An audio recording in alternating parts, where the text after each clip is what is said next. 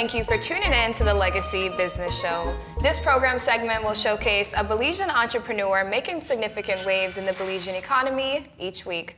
In this week's segment, we highlight creative owner and designer unveiling a rich array of handmade craftsmanship that embodies sustainable and environmentally friendly products. Joining us in studio is Mr. Emilio Perera, creative consultant, designer, artisan, and founder of Studio Perera and Balix Creative Limited, who shares his inspiring journey and innovative offerings as a remarkable entrepreneur. Welcome, Mr. Perera, and thank you so much for joining us here in studio today. So we do have some lovely bags here on display. So can you tell us a bit more, though, about your entrepreneurship journey? Did you always start with bags, or was it furniture? Like, how did you get into this industry? Well, that's a very long story. I'll try to make it short. I'd like to say that it found me, really. It all started in Guatemala. I went to Guatemala to study civil engineering, and my paths crossed with the creative community and the industry there in Guatemala. Even more so when I moved to Antigua. That's where the birth and the inspiration for craftsmanship and just the beauty of colors and the different things that was going around, the different movements that was happening at the time in Antigua as well. All the influences from Europe, the Central America, all in that one hub, through the lifestyle goods, in the restaurants, in the cafes, the music, everything, just creating a vibe, creating an atmosphere, and I was drawn to that. And little by little I was questioning, how could I be a part of this, And I ended up working for a company, Vera Voga, and I was learning skills to be the artisan, the head artisan there, and I was traveling around Guatemala, meeting with all the artisans, the logistics of material sourcing, working with the artisans, making sure that you have quality control. And little by little, I decided to start my own brand on the side, as a hobby, making men's wallets, boots, shoes, and it just went on from there. And you started this when you were in Guatemala, or did you start this when you were in Belize, making the wallets on the side? It wasn't anything official. I was doing because I was working for Vera Voga, and on the side I was doing my a side hustle with the wallets and things. And most of my products came to Belize. Again, it was just through a full circle. It was just through Facebook, and I would post a wallet, and yeah, it wasn't I didn't have any experiences in business. It was just something to generate some more income, and then it just blew. Again, social media was just starting. This was 2014. Social media was just starting, and I didn't realize the potential of social media at the time. To connect. So it's someone shares a picture, and then boom. And I was okay, so a business is here. Yeah. So at what point did you decide to move back to Belize? Well, I didn't decide really. It was just a lot of things going on. I was in Guatemala for a very long time. I lived 5 years in Antigua, and then I moved to Lake Atitlan for a while, and that's where my journey for the sustainability came from. Working with the artisans and working with an NGO there at the time, working with production methods and means for the communities and sustainable means, and it was in crafts. In Guatemala, there's a village that works at wood, another village that works in metalwork, another one in painting, in pottery, and so that broadened my entire outlook on craftsmanship. So you mentioned you started with wallets on the side. How did you transition, or did you notice that there was a demand for more products? Yeah, it was I realized I could do a little bit of everything, and so I was questioning, I did, painting, sculpture. I tried a lot of different things, and it was a lot of trial and errors to see what worked. And so I started making. Emilio started off as a men's line because I made things that I liked, and I needed belts, shoes, wallets, all of this, and it picked up. But the problem was I was guaranteeing products that are made to last. So a guy would come and buy a wallet, and I won't see him until it bursts, but it's guaranteed that it won't. So I had to shift the business model okay. Because the woman would come and say could I buy a wallet for my husband, but do you make bags? And like little by little, it just transitioned there. And then I made a green one and a red, and it just developed into something more sustainable for me. Well, on behalf of all the women in Belize, and I'm sure your other women customers as well, thank you for catering to us, because your bags are definitely a hit. Almost everywhere I go, I see someone wearing an original Emilio Perera bag. So congratulations to you. I do want to touch base, though, on the studio. The studio and Balix Creative Limited. Can you tell us the connection with those two?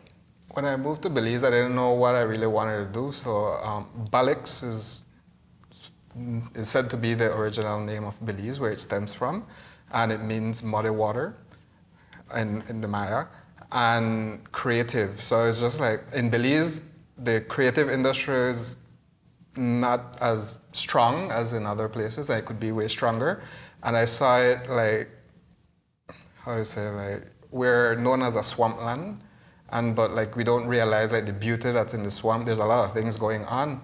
And so I was like, if you could take something that's very like mundane and make it beautiful, that was like my goal. I didn't know how I would do it, either through food or arts or crafts. I just made Balix Creative Limited, and that's where Studio Perera was born, because then I just transitioned like all that I learned through the craftsmanship and leather work here in Belize.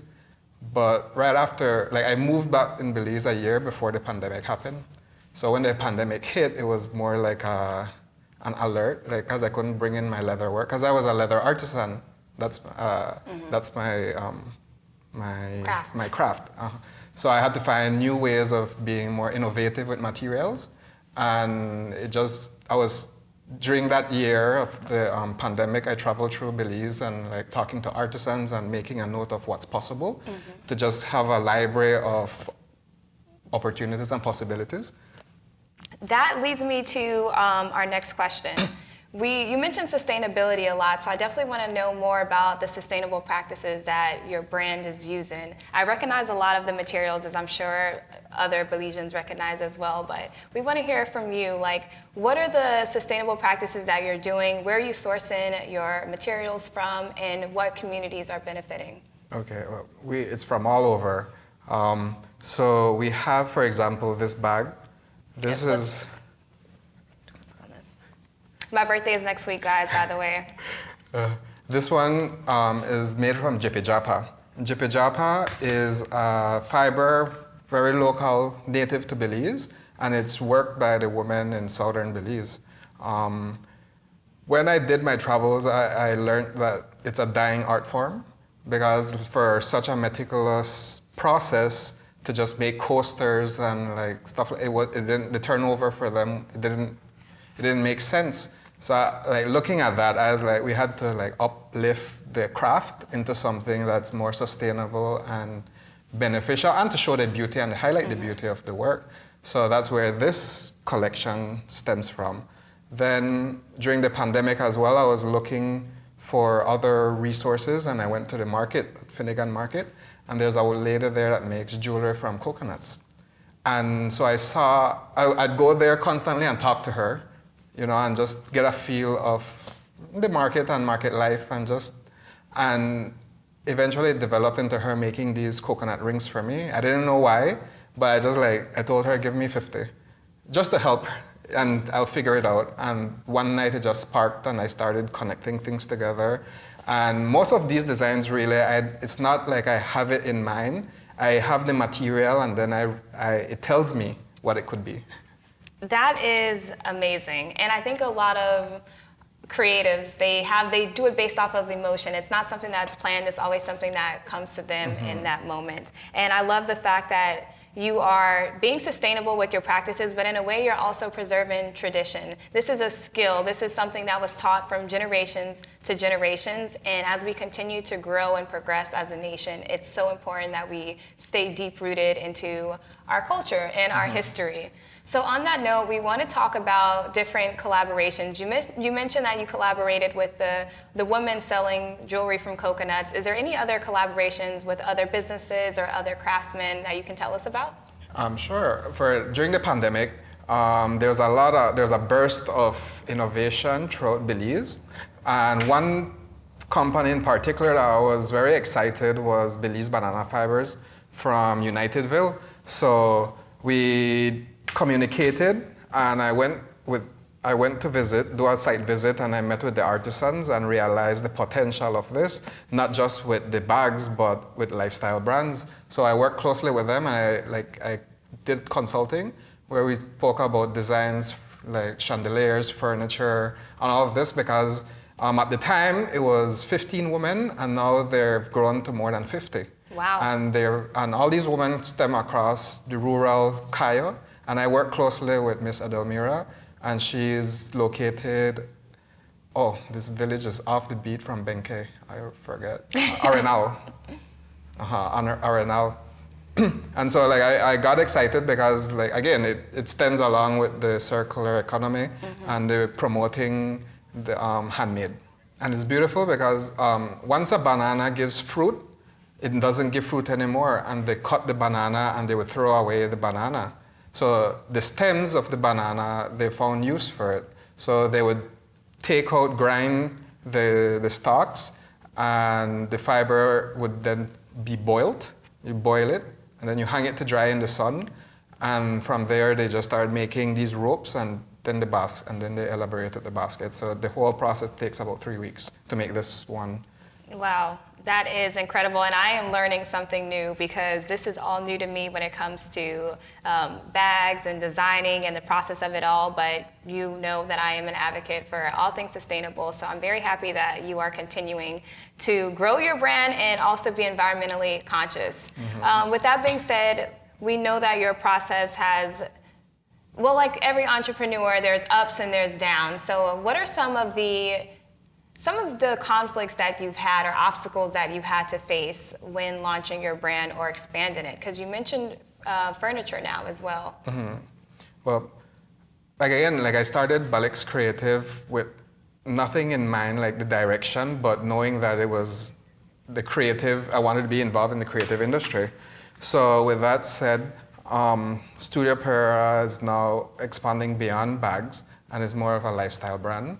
And with more, I would like to get into food, the entertainment, everything, creating everything but locally made and locally. I've been to many restaurants, cafes, and they incorporate local as best as, you're sitting down in a chair made locally, and the plate made locally, and lights made, everything it's done from the community. And so I hope and I wish and I see Belize being that. So what have some key learning moments been throughout your entrepreneurship journey? So when I came back to Belize, well, again, anyone that pursues the creative industry is not taken serious, yes? And so I had a hard time, I wouldn't say support, but it's just a lot of questions, oh, it's a hobby, but where, you need a real job, and so, yeah. So it's once you're not an engineer, a doctor, or traditional job, traditional let's say. jobs, Yeah. yes, it's not, yeah. So one of the things I had to do is just how I communicate with myself, the things I told myself, and just the vision. I tied myself to the vision that I had, and I could not be moved. Exactly, and it really comes down to your mentality as well and your mindset. So unfortunately, we are running out of time, but do you have any final words for our viewers?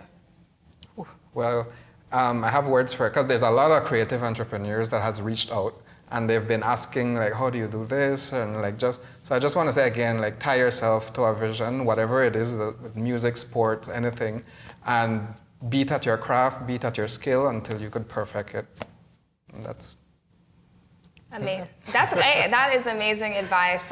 Emilio, thank you for being in studio with us here today. Your story is definitely inspiring, and we want to congratulate you and wish you the best on all your entrepreneurship endeavors. Thank you, guys.